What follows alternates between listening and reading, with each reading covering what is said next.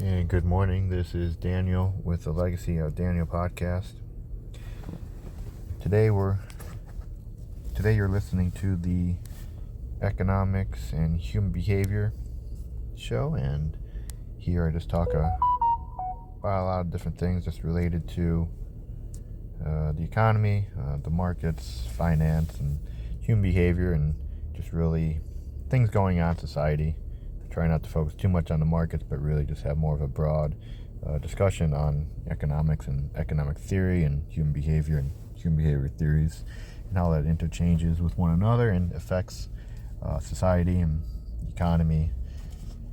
I think currently on my mind is, there's a lot of talk on the free market versus government intervention, and it's interesting to see there's always a lot of talk on the internet about free market.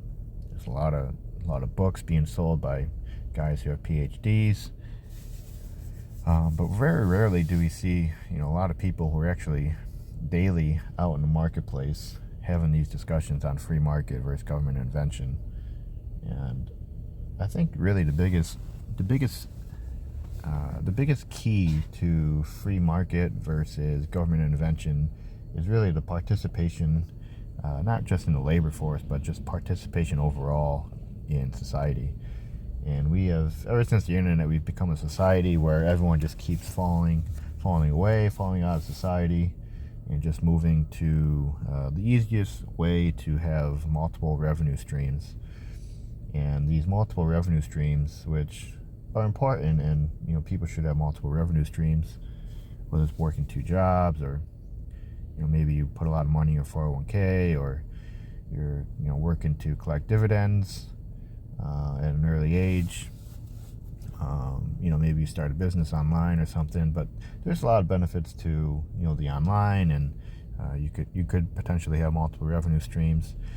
But unfortunately, it seems that a lot of people that think they're intelligent and think they have skills are then too good for the marketplace because they have an idea, and so they leave the marketplace, they leave the labor force without really any intention of coming back and bringing any value or knowledge or skills back into society, back into the marketplace.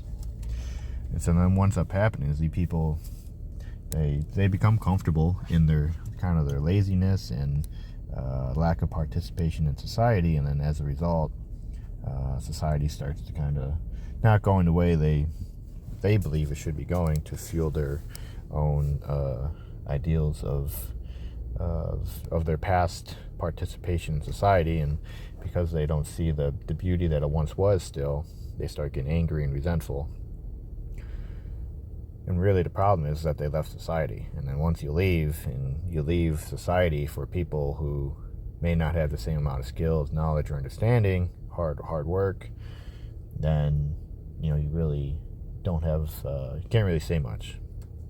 And so what we really need to do is return back to a economy, a society that's built upon or focused upon participation, not just in the labor force, but being in the public sphere on a daily basis. That means shopping, working at a local store, living in a small community or a larger community, but daily taking part in the community's daily events. And what we've had over the past 60 years, we've had this desire to just have young adults just get up and leave their communities and go chasing off of their knowledge and other materialistic gains, sport scholarships, a lot of useless and wasteful things that have done nothing for society, have done nothing to perpetuate this country, have done nothing to add value or to increase the marketplace, where others can flourish in the marketplace, and where society itself can benefit from the marketplace. And as a result, we're just constantly now scrapping around trying to find people that'll work, not just that will work, but can show up to work regularly and will work hard at work, will listen, will understand the importance of working hard and wanting to add value to not just a corporation, but to their life and to their community. So there's a lot of things that are missing. I think a lot of it has to do with this whole free market concept. that a lot of people started bringing in, probably, I don't know, maybe the 60s or 70s maybe. Milton Friedman being one of them, the advocate for open borders, trying to convince, Americans that we don't want to work jobs, and that's very dangerous. Trying to bring about this ideology that we don't want to work jobs because maybe they don't pay enough, or they're below us, or we're just going to go off to college and get a good job, is really a dangerous and useless idea, because it just ultimately has destroyed our society. Participation in the labor force is the most beautiful thing, whether you're just stocking shelves at the local grocery store, delivering pizzas. Not the most glorious job, but you learn a lot of things, and it's also very good for the community.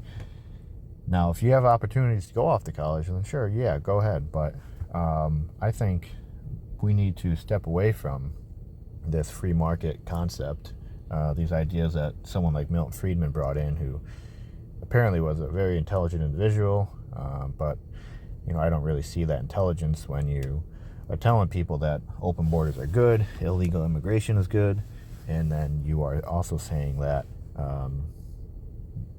Americans don't want to work. It's just kind of put a curse on us. And so we need to get back to a very structured, more disciplined way of thinking on the economy, and that has to come through participation, all forms of participation.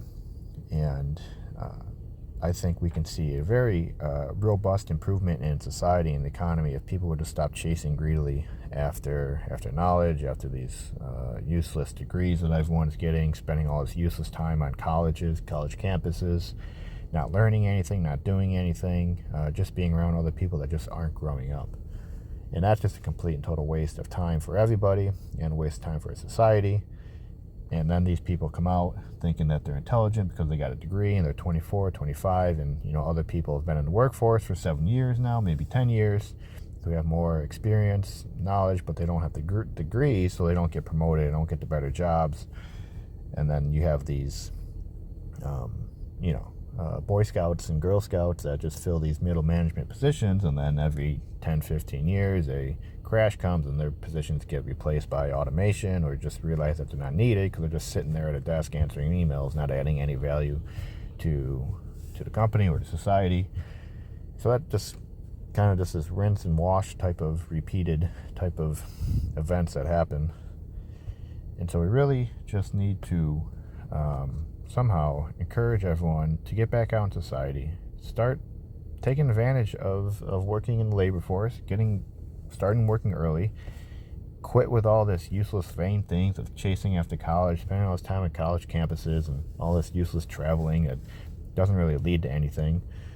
People just wasting money. Obviously, if you have opportunities, you take them. But there's so much you can do in your local community when you actually enjoy working, enjoy improving the lives of people around you, enjoy working your local community, getting involved at different things. And if people don't want to get involved, people don't want to improve things, well, you kind of got to stand your ground, and you got to create a new culture. You just don't get up and leave when things don't go your way. You don't get resentful. You got to sometimes really just work harder, and don't let the betas try to keep society down, or keep it ugly or chaotic for their own gain. And so going forward, or I guess I'll sum up here, really mostly to young people, get out and participate in the workforce. Don't worry about all this scholarships and attending college and participation on the college campuses. It's totally vain and totally useless, and filled with useless memories that just weigh you down and won't add any value to your life, won't help you get a good job. Stay away from all this useless sports stuff. It's just, again, weighing people down, weighing down society. The amount of energy, resources being devoted to sport and related things to sport on college and high school, these scholarships, is completely. Then you got the sports stadiums that are subsidized, and all these college athletes, professional athletes, are all subsidized. The amount of resources and energy that's being devoted to this is just absolutely ridiculous, and it's completely zapping society out of all its value and energy to actually do something productive. So really begin to see the benefits of participating in the labor force, getting jobs early, maybe working a couple jobs. Yeah, go to school, get a local community job, or take advantage of a free education from your job. Try to grow the corporate ladder. See what you can do. See what value you can add. See what skills you can learn and bring to the table. Learn as much as you can. Get involved with the community in different ways, and see what things need to change, where their problems are. Start solving problems, and just keep doing it. And no matter what people say, no matter what tries to stop you, and there's no barrier before you, just keep going, keep working, keep nurturing the seeds of a better future by working with your hands, and just keep going. We need to really turn this ship about onto something that's more profitable for all, not just those who are coddled and lucky enough to go off to college and get scholarships and not work hard and not really accomplish anything much in their life except get mediocre middle management jobs where they just answer emails all day. So that needs to end, and we really need to become a society that's focused on rewarding those who not just are competent, but really dedicated to adding value to society. And that's really the most important part. Just because someone is competent, or someone who can, has skills for something, doesn't mean they can add value.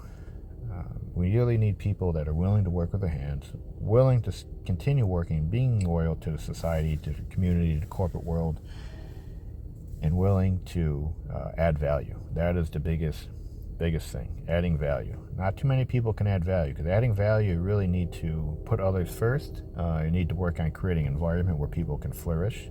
And just because someone's more competent, or is hired based on merit, doesn't mean they're going to add value to the community. These people oftentimes are just looking for more promotions, and that's the other problem with kids that come out of these graduate programs without a lot of work experience, without really learning to work hard at an early age.